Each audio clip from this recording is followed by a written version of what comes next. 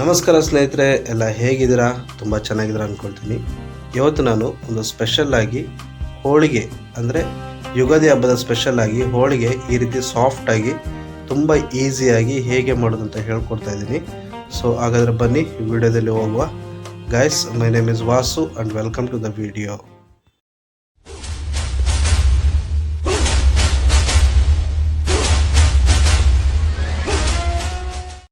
ಮೊದಲು ಹೋಳಿಗೆ ಮಾಡ್ಕೊಳ್ಳಿಕ್ಕೆ ಹೂರಣ ರೆಡಿ ಮಾಡ್ಕೊಳ್ಳುವ. ಅದಕ್ಕೆ 1 ಕಪ್ ಆಗೋಷ್ಟಂತೂ ತೊಗರಿಬೇಳೆ ತೊಗೊಳ್ತಾ ಇದ್ದೀನಿ. ಇದನ್ನು ಒಂದು 2 ರಿಂದ 3 ಬಾರಿ ನೀಟಾಗಿ ತೊಳೆದ್ಬಿಟ್ಟು ಅರ್ಧ ಗಂಟೆ ನೆನೆಯೋಕ್ಕೆ ಇಟ್ಕೊಳ್ಬೇಕು.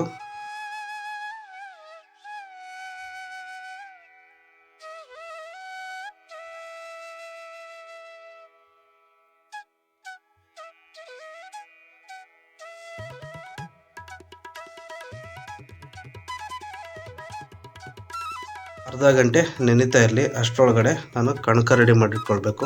ಅದಕ್ಕೆ ಒಂದು ಪಾತ್ರೆಯಲ್ಲಿ 1 ಕಪ್ಪು ಆಗುವಷ್ಟು ಮೈದಾ ತೊಗೊಂಡ್ಬಿಟ್ಟು ಅದನ್ನು ಜರಡಿ ಮಾಡಿ ಈ ರೀತಿ ಜರಡಿಸ್ಕೊಳ್ಬೇಕು.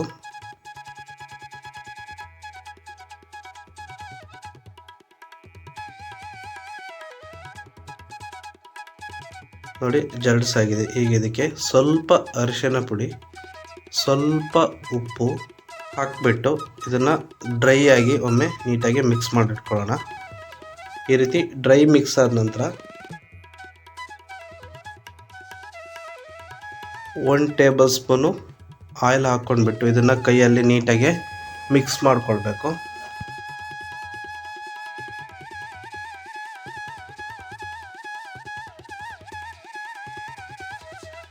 ಈಗ ಮಿಕ್ಸ್ ಮಾಡೋ ಟೈಮಲ್ಲಿ ಸ್ವಲ್ಪನೇ ನೀರು ಹಾಕ್ಕೊಂಡು ಇದನ್ನು ಡೋ ರೆಡಿ ಮಾಡಿಟ್ಕೊಳ್ಬೇಕು. ಒಮ್ಮೆಲೆ ನೀರು ಹಾಕ್ಬಿಟ್ರೆ ತೆಳ್ಳಗಾಗ್ಬಿಡುತ್ತೆ. ನೋಡಿ, ಈ ರೀತಿ ಸ್ವಲ್ಪನೇ ನೀರು ಹಾಕ್ಕೊಂಡು ಈ ರೀತಿ ಮಿಕ್ಸ್ ಮಾಡ್ಕೊಳ್ಬೇಕು. ಅದು ನೀಟಾಗಿ ಮಿದ್ಕೊಂಡ್ಬಿಟ್ರೆ ಅದೊಂದು ಒಳ್ಳೆ ಕನ್ಸಿಸ್ಟೆನ್ಸಿ ಬರುತ್ತೆ. ಈ ಚಪಾತಿ ಹಿಟ್ಟಿನ ಹದಕ್ಕಿಂತ ಸ್ವಲ್ಪ ತೆಳ್ಳಗೆ ಮಾಡ್ಕೊಳ್ಬೇಕಷ್ಟೆ.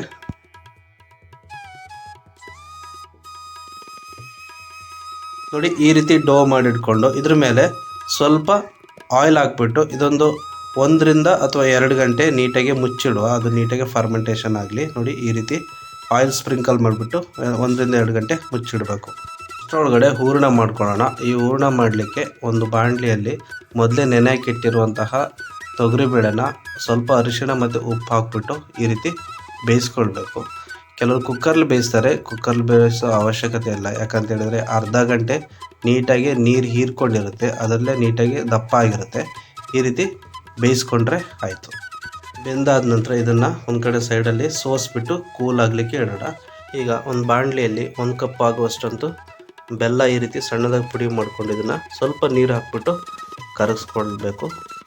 ಬೆಲ್ಲ ನಿಮ್ಮ ಟೇಸ್ಟಿಗೆ ಅನುಗುಣವಾಗಿ ಹಾಕ್ಕೊಳ್ಳಿ. ನನಗೆ 1 ಕಪ್ ಸಾಕು. ನೋಡಿ, ಬೆಲ್ಲ ಕರಗಿದ ನಂತರ ಮೊದಲೇ ತೆಗೆದಿಟ್ಟಿರುವಂತಹ ಬೇಳೆನ ಹಾಕ್ಕೊಂಡು ಅದು ಸಿಹಿ ಹೀರ್ಕೊಳ್ಳುವ ಹಾಗೆ ನೀಟಾಗಿ ಮಿಕ್ಸ್ ಮಾಡ್ಕೊಳ್ಬೇಕು. ನೋಡಿ, ಈ ರೀತಿ ಮಿಕ್ಸ್ ಆದ ನಂತರ ಒಂದು 5 ನಿಮಿಷ ಆದ ನಂತರ ಆಟೋಮೆಟಿಕ್ ಸ್ವೀಟೆಲ್ಲ ಹೀರ್ಕೊಂಡಿರುತ್ತೆ. ಈಗ 1 ಕಪ್ ಆಗೋಷ್ಟಂತೂ ಕಾಯಿ ತುರಿ ಹಾಕ್ಕೊಳ್ತಾ ಇದ್ದೀನಿ. ಕಾಯಿ ತುರಿ ಹಾಕ್ಕೊಂಡು ಒಂದು 5 ನಿಮಿಷ ಈ ರೀತಿ ಮಿಕ್ಸ್ ಮಾಡ್ಕೊಳ್ಬೇಕು. ಆ ಸ್ವೀಟ್ಸು ಆ ಕಾಯಿ ತುರಿಲಿ ಮಿಕ್ಸ್ ಆಗಿರುತ್ತೆ. ಈಗ ಅರ್ಧ ಟೀ ಸ್ಪೂನ್ ಅಷ್ಟು ನಾನು ಗಸಗಸೆ ಹಾಕ್ಕೊಳ್ತಿದ್ದೀನಿ. ಗಸಗಸೆ ಹಾಕೋದ್ರಿಂದ ತುಂಬ ಟೇಸ್ಟ್ ಆಗಿರುತ್ತೆ. ಒಮ್ಮೆ ಟ್ರೈ ಮಾಡಿ. ಈಗ ಸ್ಟವ್ ಆಫ್ ಮಾಡಿ ಅದಕ್ಕೆ 1 ಟೀ ಸ್ಪೂನ್ ಅಷ್ಟು ಏಲಕ್ಕಿ ಪುಡಿ ಹಾಕ್ಕೊಂಡು ತಣ್ಣಗಾದ ನಂತರ ಅದನ್ನು ಬ್ಲೆಂಡ್ ಮಾಡಿ ಇಟ್ಕೊಳ್ತಾ ಇದ್ದೀನಿ. ನೋಡಿ, ಮಿಕ್ಸಿ ಜಾರಲ್ಲಿ ಈ ರೀತಿ ನುಣ್ಣಗೆ ಅಥವಾ ನೀಟಾಗಿ ಬ್ಲೆಂಡ್ ಮಾಡಿ ಇಟ್ಕೊಳ್ಬೇಕು. ಅದು ಮುಟ್ಟುವಾಗ ಯಾವುದೇ ಕಾರಣಕ್ಕೂ ಅದು ನೀರಿನ ಪಸೆ ಇರಬಾರ್ದು. ನೋಡಿ, ಈ ರೀತಿ ಎಷ್ಟು ಚೆನ್ನಾಗಿ ಬಂದಿದೆ. ಸ್ಮೂತಾಗಿ ಈ ರೀತಿ ಬ್ಲೆಂಡ್ ಮಾಡಿ ಒಂದು ಕಡೆ ಸೈಡಲ್ಲಿ ಇಟ್ಕೊಳ್ಳೋಣ. ನೋಡಿ, 1 ಅವರ್ ಆಗಿದೆ. ಈಗ ಕಣಕ ನೋಡುವ. ಕಣಕ ತುಂಬ ಚೆನ್ನಾಗಿ ಬಂದಿದೆ. ಈಗ ಇದಕ್ಕೆ ಸ್ವಲ್ಪ ಮೇಲೆ ಎಣ್ಣೆ ಹಾಕ್ಕೊಂಡ್ಬಿಟ್ಟು ನೋಡಿ ಎಷ್ಟು ಚೆನ್ನಾಗಿ ಸ್ಮೂತಾಗಿ ಬಂದಿದೆ ಅಂತ. ನೋಡಿ, ಈ ರೀತಿ ನೀಟಾಗಿ ಮಿದ್ದುಬಿಟ್ಟು ಅದ್ರ ಮೇಲೆ ಟಾಪಲ್ಲಿ ಸ್ವಲ್ಪ ಎಣ್ಣೆ ಹಾಕ್ಕೊಂಡು ಇನ್ನು ಚಿಕ್ಕ ಬಾಲ್ ಥರ ಮಾಡಿಟ್ಕೊಳ್ಳೋಣ. ನೋಡಿ, ಈ ರೀತಿ ಕೈಯಲ್ಲಿ ಈ ರೀತಿ ಮುರಿದ್ರೆ ಒಂದು ಬಾಲ್ ಥರ ಚೆನ್ನಾಗಿ ಬರುತ್ತೆ. ಪರ್ಫೆಕ್ಟ್ ಸೈಜ್ ಬರುತ್ತೆ. ಇದೇ ರೀತಿ ಎಲ್ಲದನ್ನು ಬಾಲ್ ಮಾಡಿಟ್ಕೊಳ್ಳೋಣ.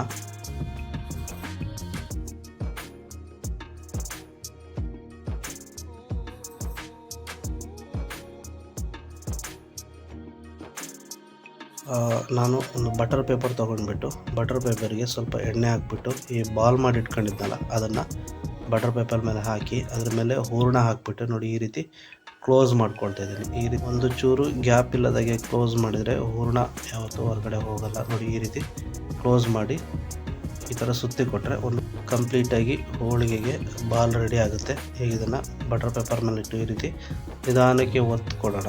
ಆಮೇಲೆ ಇನ್ನೊಂದು ಬಟರ್ ಪೇಪರ್ ಹಾಕ್ಬಿಟ್ಟು ನೋಡಿ ಈ ರೀತಿ ನೀಟಾಗಿ ಒತ್ಕೊಳ್ಬೇಕು. ನೀವು ನಿಮ್ಮ ಹತ್ರ ಚಪಾತಿ ಮಣೆ ಇದ್ದರೆ ಅದರಲ್ಲಾದರೂ ಮಾಡ್ಕೊಳ್ಳಿ. ನಾನು ಬಟರ್ ಪೇಪರ್ ಹಾಕ್ಬಿಟ್ಟು ಮಾಡ್ತಾಯಿದ್ದೀನಿ. ನನ್ನ ಹತ್ರ ಚಪಾತಿ ಮಣೆ ಇಲ್ಲ. ನೋಡಿ ಈ ರೀತಿ ನೀಟಾಗಿ ಎಲ್ಲ ಕಡೆ ನೀಟಾಗಿ ಹೂರಣ ನೀಟಾಗಿ ಹರಡ್ಕೊಳ್ಳುತ್ತೆ. ಎಷ್ಟು ಚೆನ್ನಾಗಿ ಪರ್ಫೆಕ್ಟಾಗಿ ಬಂದಿದೆ ನೋಡಿ. ಈ ಕಡೆ ಒಂದು ಕಡೆ ತವ ಕಾಯ್ತಾ ಇದೆ. ಈಗ ನೋಡಿ ಎಷ್ಟು ಕ್ಲೀನಾಗಿ ಸಾಫ್ಟಾಗಿ ಬಂದಿದೆ ಅಂತ. ಇದನ್ನು ತವ ಮೇಲೆ ಹಾಕ್ಬಿಟ್ಟು ಒಂದು 5 ನಿಮಿಷ ಬೇಯಿಸೋದು. ಜಾಸ್ತಿ ಬೇಯಿಸೋ ಅವಶ್ಯಕತೆ ಇಲ್ಲ. ಮೀಡಿಯಮ್ ಫ್ಲೇಮಲ್ಲಿ ಬೇಯಿಸ್ಕೊಳ್ಬೇಕು.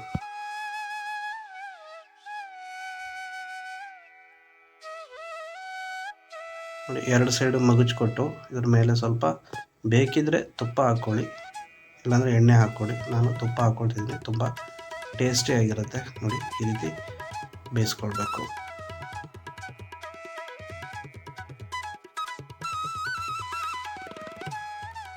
ಸೇಮ್ ಇದೇ ಪ್ರಾಸೆಸ್ಸಲ್ಲಿ ಎಲ್ಲ ಹೋಳಿಗೆನೂ ಮಾಡ್ಕೊಳ್ತಾ ಇದ್ದೀನಿ. ನೋಡಿ ಈ ರೀತಿ ನೀಟಾಗಿ ಫಿಲ್ಲಪ್ ಮಾಡಬೇಕು. ಎಷ್ಟು ಚೆನ್ನಾಗಿ ಬರುತ್ತೆ ಅಂದರೆ ಒಮ್ಮೆ ಈ ರೀತಿ ಟ್ರೈ ಮಾಡಿ. ನೀವು ಚಪಾತಿ ಮಣೆಯಲ್ಲಿ ಒತ್ತೋದಕ್ಕಿಂತ ಇದು ತುಂಬ ಈಸಿ ಅನಿಸುತ್ತೆ. ನನ್ನ ಪ್ರಕಾರ ತುಂಬ ಈಸಿ. ನನಗೂ ಫಸ್ಟು ಬರ್ತಿರಲಿಲ್ಲ. ಟ್ರೈ ಮಾಡಿ ಈಗ ಬಂದಿದೆ ನೋಡಿ ಎಷ್ಟು ಚೆನ್ನಾಗಿ ಬರುತ್ತೆ. ನೋಡಿ ಎಷ್ಟು ರೌಂಡಾಗಿ ಕ್ಲೀನಾಗಿ ಬರ್ತಾಯಿದೆ. ಗೈಸ್, ಈ ರೆಸಿಪಿ ನಿಮಗೆ ತುಂಬ ಇಷ್ಟ ಆಗಿದೆ ಅಂತ ಭಾವಿಸ್ತೀನಿ. ಇಷ್ಟ ಆಗಿದ್ದರೆ ದಯವಿಟ್ಟು ಲೈಕ್ ಮಾಡಿ, ಶೇರ್ ಮಾಡಿ ಮತ್ತು ನನ್ನ ಚಾನಲನ್ನು ತಪ್ಪದೆ ಸಬ್ಸ್ಕ್ರೈಬ್ ಮಾಡಿ. ನೀವು ಸಬ್ಸ್ಕ್ರೈಬ್ ಮಾಡೋದ್ರಿಂದ ನಾನು ಮುಂದೆ ಅಪ್ಲೋಡ್ ಮಾಡುವಂತಹ ಎಲ್ಲ ವೀಡಿಯೋಸು ಫಸ್ಟು ನೋಟಿಫಿಕೇಷನ್ ನಿಮಗೆ ಬರುತ್ತೆ. ಸೊ ಇದೇ ರೀತಿ ಸಪೋರ್ಟ್ ಮಾಡ್ತಾಯಿರಿ. ನನ್ನ ವೀಡಿಯೋಸನ್ನು ನಾನ್ ಸಬ್ಸ್ಕ್ರೈಬರೇ ನೋಡೋದು ಜಾಸ್ತಿ. ಸೊ ನಾನ್ ಸಬ್ಸ್ಕ್ರೈಬರ್ಗೂ ಸಬ್ಸ್ಕ್ರೈಬ್ ಮಾಡಲಿಕ್ಕೆ ಜಾಸ್ತಿ ಟೈಮ್ ಇಡಲ್ಲ. ಅರ್ಧ ಸೆಕೆಂಡ್ ಸಾಕು, ಒಂದು ಕ್ಲಿಕ್ಕಲ್ಲಿ ಸಬ್ಸ್ಕ್ರೈಬ್ ಬರುತ್ತೆ. ಅದರಲ್ಲಿ ಆಲ್ ಕೊಟ್ಬಿಟ್ರೆ ಎಲ್ಲ ವೀಡಿಯೋಸು ಮೊದಲನೇ ನೋಟಿಫಿಕೇಷನ್ ನಿಮಗೆ ಬರುತ್ತೆ. ಸೊ ಇನ್ನೂ ಡಿಫ್ರೆಂಟ್ ರೆಸಿಪಿಗಳು ನಿಮ್ಮ ಈ ಚಾನಲಲ್ಲಿ ಬರಲಿಕ್ಕಿದ್ದಾವೆ. ಸೊ ಅದು ನೋಡಬೇಕಂದ್ರೆ ದಯವಿಟ್ಟು ಸಬ್ಸ್ಕ್ರೈಬ್ ಮಾಡಿ. ಸೊ ಇದೇ ರೀತಿ ಮುಂದಿನ ವೀಡಿಯೋದಲ್ಲಿ ಇನ್ನೊಂದು ಹೊಸ ರೆಸಿಪಿ ಜೊತೆ ನಿಮ್ಮನ್ನು ಭೇಟಿ ಆಗ್ತೀನಿ. ಅಲ್ಲಿವರೆಗೂ ಟೇಕ್ ಕೇರ್, ಬಾಯ್ ಬಾಯ್, ಒಳ್ಳೆಯದಾಗಲಿ, ಶುಭ ದಿನ.